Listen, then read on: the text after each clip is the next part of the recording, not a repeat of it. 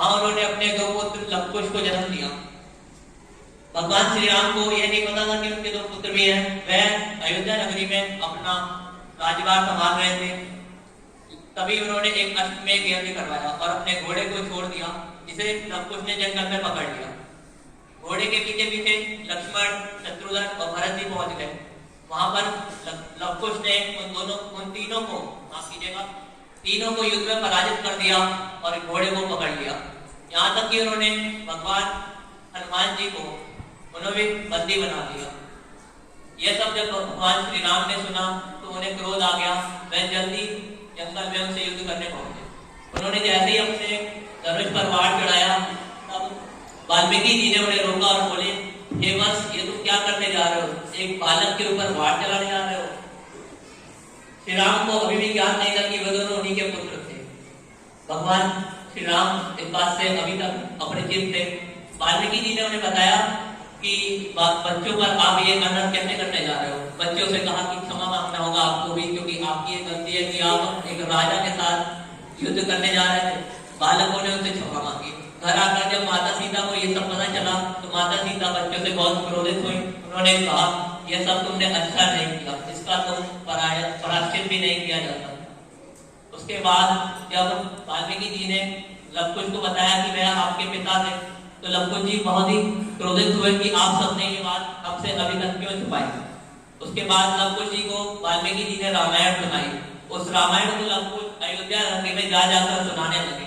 जब भगवान श्री राम को पता चला कि दो ऋषि कुमार अयोध्या नगरी में रामायण सुना रहे हैं, तो उन्होंने उन्हें अपने दरबार में बुलाया।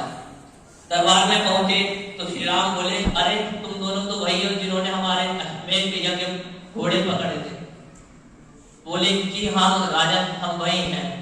तो उसके बाद लवकुश बोले, आप आज्ञा दें, आप हमारे पिता समान राजन हैं, जो आप आज्ञा देंगे वो हमारे सम्मान में होगी।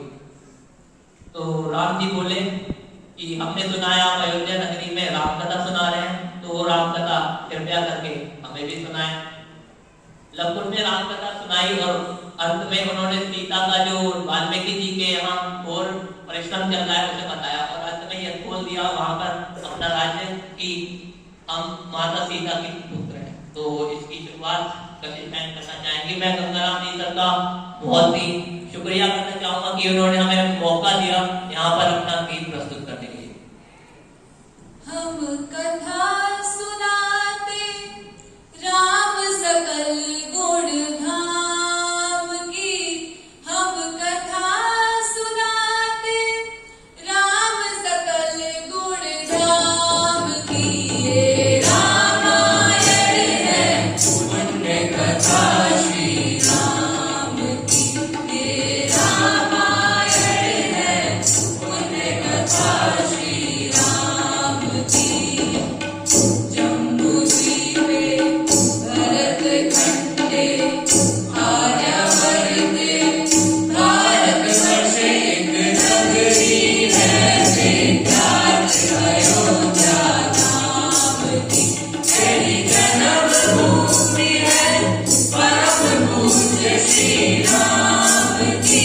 हम कथा सुनाते राम सकल गुण धाम की। ये रामायण है पुण्य कथा श्री राम की। ये रामायण है पुण्य कथा श्री राम की। रघुकुल के राजा धर्मात्मा चक्रवर्ती दशरथ पुण्यात्मा, संतति हेतु यज्ञ करवाया, धर्म यज्ञ का शुभ फल पाया। मृगजन में राजकुमारा, रघुकुलदीप जगत आधारा। चारों धातु के शुभ नामा, भरत शत्रुघ्न लक्ष्मण रामा।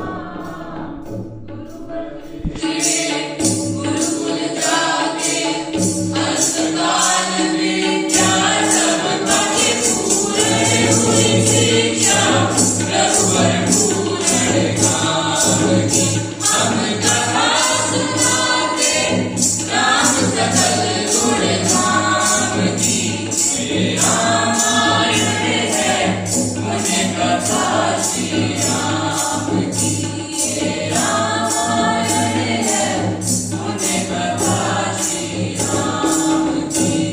स्वर कोमल भावना रोचक प्रस्तुति रंग एक एक वर्णन करे लव कुश राम प्रसंग विश्वामित्र मुनि राय तिनके संग चले दो भाई कैसे राम ताड़का मारी कैसे नाथ अहिल्या तारी मुनिवर विश्वामित्र तब संग ले लक्ष्मण राम सिया स्वयंवर देखने पहुँचे मिथिला धाम